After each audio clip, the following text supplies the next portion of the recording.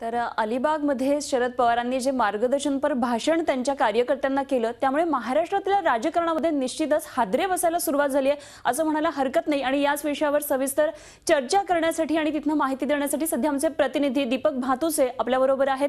तर नेमका शरद पवारांच्या या विधानाचा अन्वयार्थ काय लावायचा, हे विधान नेमकं काय सांगतात, महाराष्ट्राच्या राजकारणाची आगामी दिशा काय असणार आहे यावर सविस्तर विश्लेषण करण्यासाठी झी24 तासचे मुख्य संपादक डॉक्टर उदय निरगुडकर आपल्याबरोबर असणार आहेत। सगळ्यात पहिल्यांदा आपण जाऊया दीपक भातुसे यांच्याकडे। दीपक, अलिबागच्या या मार्गदर्शनपर भाषणामध्ये शरद पवारांनी अनेक मुद्दे मांडलेत, महत्त्वाचे मुद्दे आम्हाला सांगाल?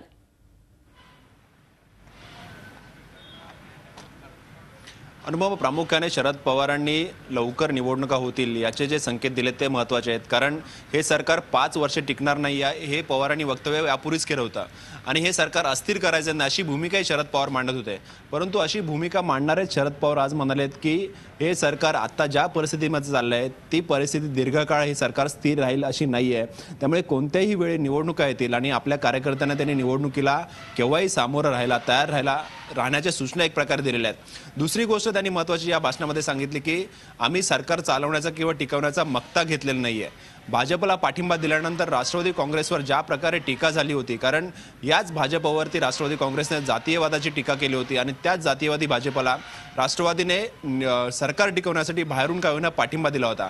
त्यामुळे नक्की राष्ट्रवादीची विचारधारा काय आहे, राष्ट्रवादीची भूमिका काय आहे या संदर्भात संभ्रम होता, कार्यकर्त्यांमध्ये होता, लोकांमध्ये होता आणि जनतेमध्ये सुद्धा याच्यावर प्रचंड टीका राष्ट्रवादीवर या सगळ्या प्रकरणामुळे झाली होती।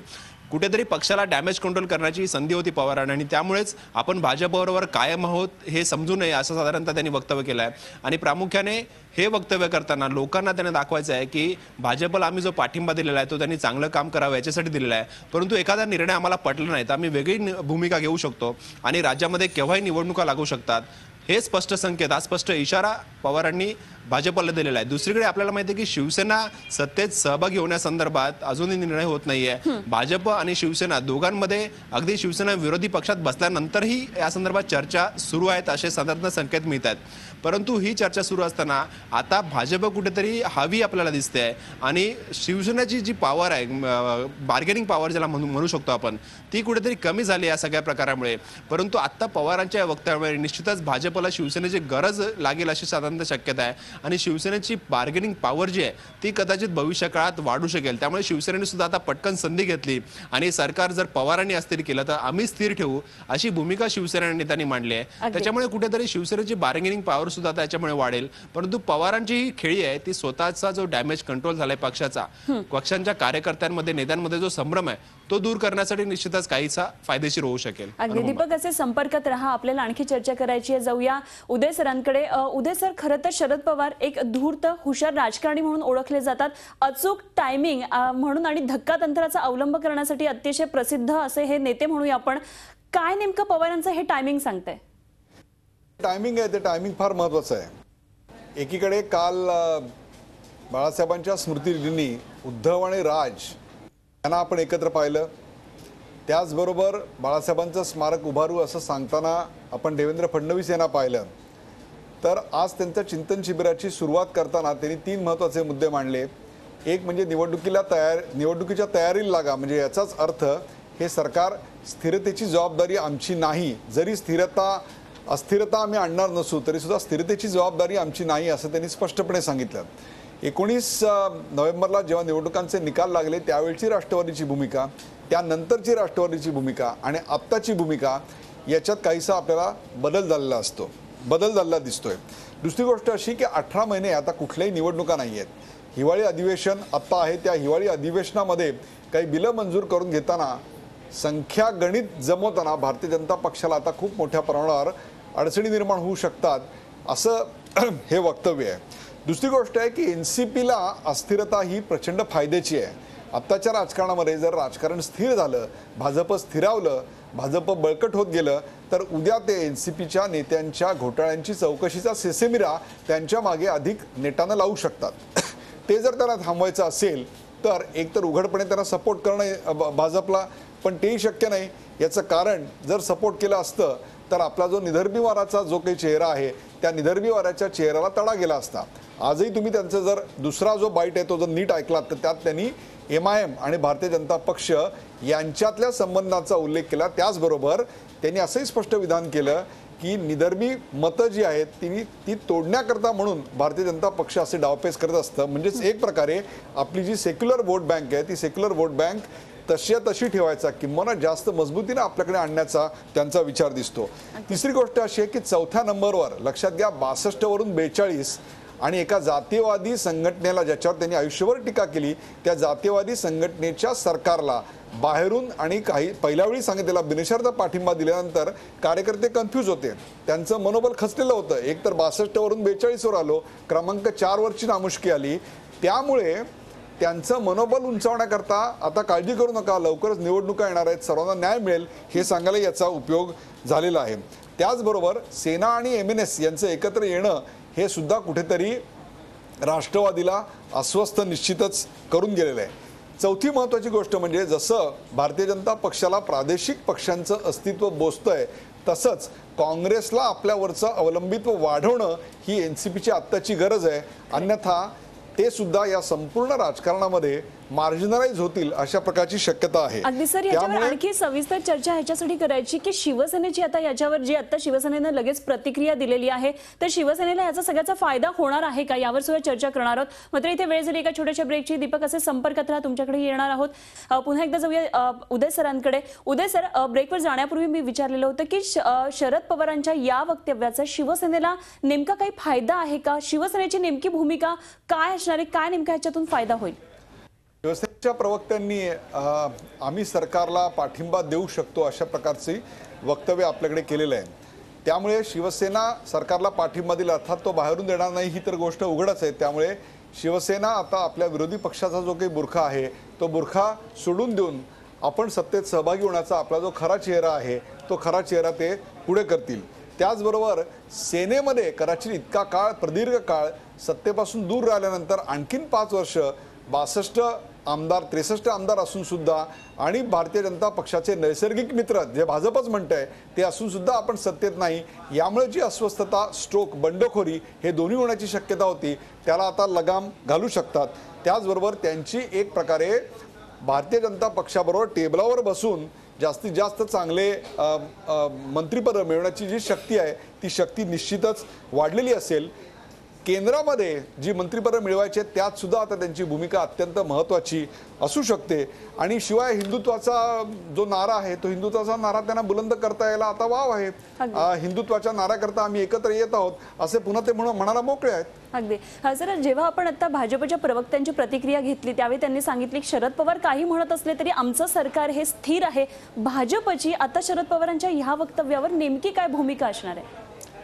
भारतीय जनता पक्षाला असं म्हणणं भाग आहे, याचं कारण मागच्या वेळेला जेव्हा विश्वासदर्शक ठराव आलेला होता त्यावेळी तो नेमका कोणामुळे जिंकला, कोणाच्या तटस्थपणामुळे जिंकला याचं कुठलंही स्पष्टीकरण आता भारतीय जनता पक्ष देऊ शकत नाहीये। किंवा देऊ शकतं पण त्यांना ते द्यायचं नाहीये कारण देणं त्यांना अडचणीचं असणार आहे। त्यामुळे आत्ताच्या घडीला नरोवा कुंजरोवा अशी भूमिका घेणं हेच भारतीय जनता पक्षाच्या पथ्यावर आहे। आणि शरद पवार यांची भूमिका बदलत असते, त्यांच्यावर किती विश्वास ठेवायचा अशी भूमिका ते कायम सातत्याने मांडत आले आहेत। त्यामुळे त्यांच्या भूमिकेत काही नवीन आहे असं मला काही वाटत नाही। पण ह्या जो आता राष्ट्रवादीने जो दबाव एक प्रकारचा निर्माण केलेला आहे, काय नक्की भारतीय जनता पार्टी याला नेमका कसा काय प्रतिसाद देईल? काय या सगळी जी भीती दाखवण्याचा जो शरद पवारांचा नेहमीचा एक पवित्र असतो, काय या भीतीला घाबरेल? पहिली गोष्ट म्हणजे भारतीय जनता पक्ष तुर्तास शिवसेनेनं दिलेल्या या पाठिंब्याचं स्वागत करेल, त्यांच्याबरोबर चर्चा सुरू करेल आणि एक सन्मान्य तोडगा काढायचा प्रयत्न करेल। त्याचबरोबर आपले जे आमदार आहेत, आपले जे कार्यकर्ते आहेत, ज्यांना अशी इच्छा आहे की शिवसेना बरोबर येऊ नये त्यांना चुचकरण्याचे आणि शांत करण्याचं फार मोठं आव्हान भारतीय जनता पक्षासमोर आहे। त्याचबरोबर जे राणा भीमदेवी थाटातल्या घोषणा केल्या होत्या की आम्ही जेलमध्ये टाकू, NCPवर कारवाई करू नेत्यांवर, त्या कारवाईचं नेमकं समर्थन ते आता कसं करणार आहेत हे दाखवून द्यायची वेळ आता याच्यानंतर आलेली आहे। आणि त्याहीपेक्षा विश्वासदर्शक ठरावाच्या वेळा जी गोंधळाची परिस्थिती निर्माण झाली होती त्या गोंधळाच्या परिस्थितीमधून जे एक प्रतिमेला तडा गेला होता त्या गेलेल्या प्रतिमेला सांधण्याचं काम ते आता स्थिर सरकार देऊन करू शकतात। त्यामुळे त्यांच्या दृष्टीनं ही एक संधी आहे। अगदी काल 2 बंधू आलेले, एकत्रित बंधू आलेले, कालची फ्रेम आणि आज असलेली ही घटना, यावरून महाराष्ट्राच्या राजकारणाची दिशा आपल्याला बघायची आहे। पण सध्या आपल्याकडे प्रतिक्रिया आलेली आहे माधव भंडारेंची, आपण बघूया काय म्हणतात ते।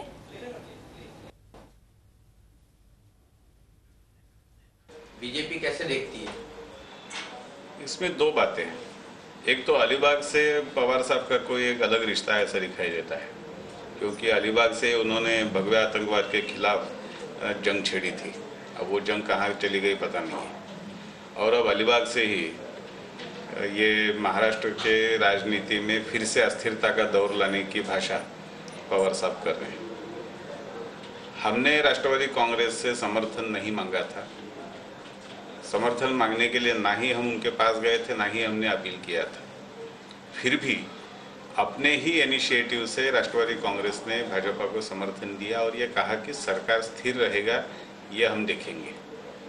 अब इन सारी बातों को महीना भी नहीं हुआ है, कुछ 8-15 दिन हुए हैं, और केवल 8-15 दिन में अपने ही बातों से मुकर कर पवार साहब फिर से महाराष्ट्र में चुनाव आएंगे, इस तरह की पहली भी नहीं रखता था, आज के बाद भी नहीं रखेगा।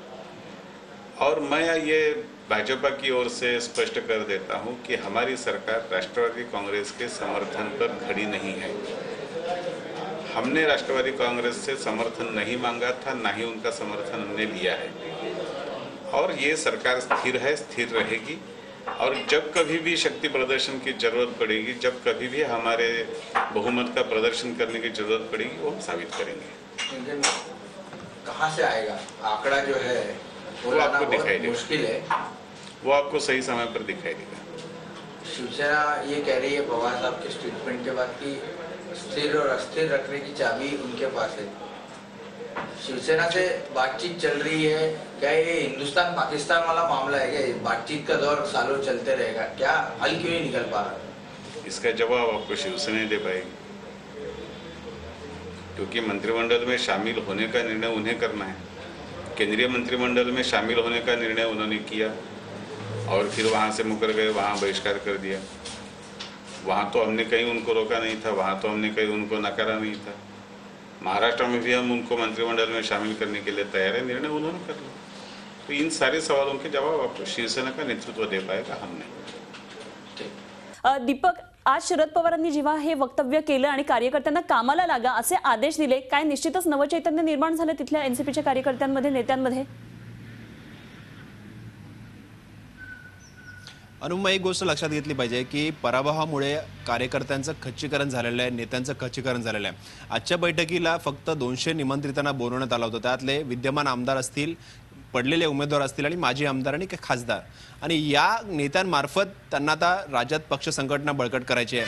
आणि एक प्रकारे मध्यावधी निवडणुकांचा इशारा देऊन पवारांनी आतापासूनच तुम्ही पुढच्या निवडणुकीसाठी कामाला लागा आणि पक्ष बळकट करा, अशा प्रकारचा आदेश आपल्या नेत्यांना या इथे उपस्थित असलेले दिलेला आहे. आणि प्रामुख्याने प्रत्येक आमदार, जे 41 आमदार राष्ट्रवादीचे निवडून आलेले आहेत, त्या प्रत्येक आमदारावर त्याच्या बाजूचा जो मतदारसंघ असेल त्या मतदारसंघात राष्ट्रवादी काँग्रेसची ताकद वाढवण्याची जबाबदारी दिलेली आहे. त्यामुळे आतापासूनच पुढच्या 5 वर्षांची तयारी राष्ट्रवादी काँग्रेसने सुरू केलेली असं म्हणावं लागेल. मध्यावधी निवडणुका लागल्या नाहीत तरी पक्षाची तयारी आतापासूनच असावी, पक्षवाढीसाठी आतापासूनच नेत्यांनी कामाला लागावं, याच्यासाठी पवारांचं हे विधान फार महत्त्वाचं आहे. मध्यावधी निवडणुका लागल्या तर निश्चितच त्याचा फायदा राष्ट्रवादीला होईल, कारण आतापासून कार्यकर्ते त्या तयारीला लागतील. मॅनेजमेंट आहे असं म्हणायला सुद्धा दीपक हरकत नाहीये. हे उत्कृष्ट मॅनेजमेंट आहे असंही म्हणायला हरकत नाही. उदय सर, काय तुमचं म्हणणं आहे? आणि महाराष्ट्राच्या एकंदरीतच राजकारणाची दिशा आपण यावरून काय सांगू शकतो? महाराष्ट्राच्या राजकारणात निवडून आलेल्या कोणाही नवनिर्वाचित आमदाराला पुढच्या 2 वर्षात निवडणुका नको आहेत. त्यामुळे तातडीनं महाराष्ट्रात निवडणुका होतील, महाराष्ट्राचं सरकार तातडीनं या वाक्यानंतर कोसळेल, महाराष्ट्रात राजकीय भूकंप होईल, अशा प्रकारची कुठलीही परिस्थिती आता निर्माण झालेली नाही. फार तर फार एक सौम्य झटका आला एवढं मात्र आपण म्हणू शकतो, परंतु तो झटका हा देखील अपेक्षितच होता, हा कोणालाही अनपेक्षित नव्हता. त्यामुळे शरद पवार अशी भूमिका बदलणार हे भाजपलाही माहिती होतं. भाजपला त्यांचा पाठिंबा न घेता आपलं सरकार चालवायचं याचीही कल्पना होती. शिवसेनेला आपल्याबरोबर घेतल्यानंतर आपले कार्यकर्ते नाराज होतील याची भाजपला कल्पना आहे.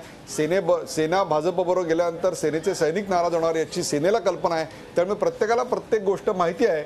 फक्त आत्ता कोणालाही हा पत्त्याचा मांडलेला डाव मोडायचा नाही, तो जो बंगला पत्त्याचा आहे तो मोडायचा नाही सत्तेचा, अशी आत्ता महाराष्ट्राच्या राजकारणाची परिस्थिती आहे. याच्यातनं कोणत्याही प्रकारचं ठोस आणि भरीव कार्य करणं ही देवेंद्र फडणवीस यांच्या समोरची अत्यंत महत्त्वाची आणि कठीण गोष्ट असणार आहे. खरं खरं. आणि हेच आव्हान आता पेलत त्यांना सगळं आपल्या राज्याचा कारभार हाकायचा आहे हे सुद्धा स्पष्ट दिसतंय. धन्यवाद सर केलेल्या सगळ्या विश्लेषणाबद्दल. दीपक, धन्यवाद दिलेल्या सगळ्या सविस्तर माहितीविषयी.